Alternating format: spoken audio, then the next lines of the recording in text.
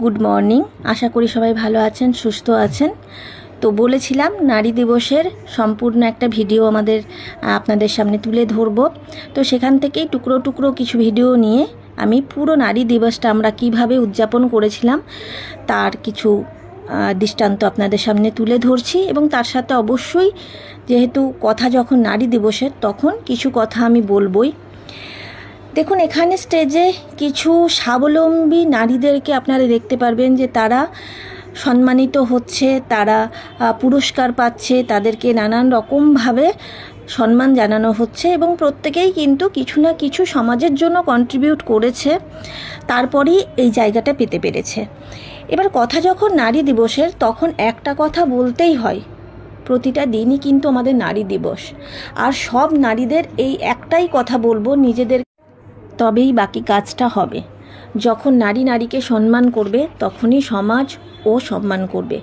নিজেকে আদর্শ বৌমা, আদর্শ স্ত্রী, আদর্শ মা বানানোর আগে আদর্শ নারী বানাতে হবে। বাকি কাজগুলো এমনিই হয়ে যাবে। সব কর্তব্য পালনের মাঝে নিজেকে আর্থিকভাবে স্বাধীন করা খুব প্রয়োজন প্রত্যেকটি নারীর জন্য।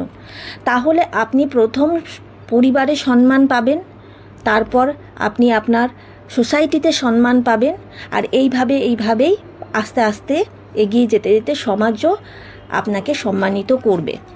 নিজের সিদ্ধান্তকে, এই সিদ্ধান্ত নিয়ে একটা কথা আমি বলবই, কারণ হচ্ছে আমরা নারীরা, আমি নিজেও একজন নারী, সব থেকে বেশি অসম্মান করি নিজের নেওয়া সিদ্ধান্তকে।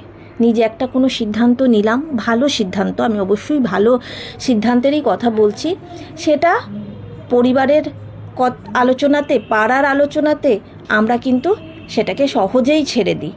তো নিজের নেওয়া সিদ্ধান্তকে আগে সম্মান করতে হবে, যেন এটা না হয়। এটা আমি খুব বেশি ফেস করি, সেই জন্য এই কথাটাই আপনাদেরকে বলবো যে বেশিরভাগ নারী একটা কাজ করব স্বপ্ন দেখে, যে নিজেকে প্রতিষ্ঠিত করব, নিজের জায়গা বানাবো, এবং সেই কাজকেই আগে নিজে অসম্মান করি। কেমনভাবে? আমি কাজে বেরোচ্ছি, হয়তোবা আমার বাড়িতে অতিথি চলে এলো, অতিথি আপ্যায়নের জন্য আমি আর কাজেই গেলাম না। এইবার বলুন তো, আপনার ওই অতিথি আপনার কাজটাকে কি কোনো দিন সম্মান করবে বলে মনে হয়? আমি বলছি না আতিথেয়তা আমি বাদ দিয়ে দেব, করে আমি অফিস যাব, অবশ্যই আমার টাইমে অফিস যাব। পরবর্তীকালে যেন কেউ আসার আগে আপনার অ্যাপয়েন্টমেন্টটা নেয়। কেন নেয় না বলুন তো? আপনার হাজব্যান্ড থাকবে কি না, আপনার ছেলে থাকবে কি না, সেগুলো সব জেনে নেয়, কিন্তু আপনি থাকবেন কি না, আপনার কোনো কাজ থাকবে কি না, কেন জানে না? কারণ আপনাকে অকেজো ভাবে। তাই তো নিজেকে আগে কাজের মানুষ বানান, যেন আপনার সময়ের মূল্য কিন্তু সবাই দেয়। সেই সময়ের মূল্য সবাই তখনই দেবে যখন আপনি আপনার সময়ের মূল্য দেবেন। তো আপনি আপনার কাজকে সম্মান করুন, দেখবেন পরিবার, সমাজ, আত্মীয় সবাই আপনার কাজকে সম্মান করবে। আমরা দেখছি যে এখানে কত মানুষ বলবো না, অনেক নারী যারা সম্মান পাচ্ছে, তারা ডান্স করছে, তারা কাজ করছে, তারা পড়াশোনা করছে। কোনো স্টুডেন্ট আছে এর মধ্যে যে পড়াশোনাও করে, তার মধ্যে ওরা স্টেজ পারফর্মও করছে। অনেক হাউসওয়াইফ আছে যারা ঘরও সামলাচ্ছে, আবার নিজেকে একটা জায়গায় নিয়ে যাচ্ছে, যে তারা সমাজে আর্থিকভাবে নিজেদেরকে স্বাবলম্বী করে দেখাচ্ছে। আপনারা একটা ভিডিওতে দেখতে পাচ্ছেন হুইল চেয়ারে একজন মহিলা, তিনি কিন্তু এমনি সাধারণ কোনো অ্যাওয়ার্ড বা সম্মান পাননি, তিনি ডায়মন্ড ডিরেক্টরে সম্মান পেয়েছেন। মানে কিন্তু একটা বেশ অনেকটাই কাজ করতে হয়। তো মানসিকতাতে আমরা পঙ্গু বা এরকম হই, শারীরিকভাবে হই না।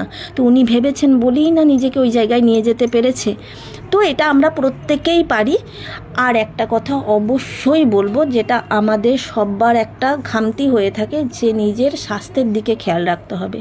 আমরা কিন্তু সব থেকে অবহেলা করি নিজের স্বাস্থ্যের, মেয়েরা।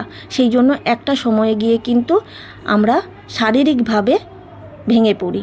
আর হাসি খুশি থাকতে হবে, খেলাধুলার মধ্যে থাকতে হবে, মজা করে থাকতে হবে। Thank you. আর এই ভিডিও যদি আপনার ভালো লাগে তাহলে অনেক অনেক শেয়ার করুন। আর আপনি যদি নতুন হন তাহলে অবশ্যই সাবস্ক্রাইব করে রাখুন। যখনই নতুন ভিডিও আমি আপলোড করব আপনার কাছে সবার আগে পৌঁছে যাবে। Thank you very much. Wish you wealth. ভালো থাকবেন।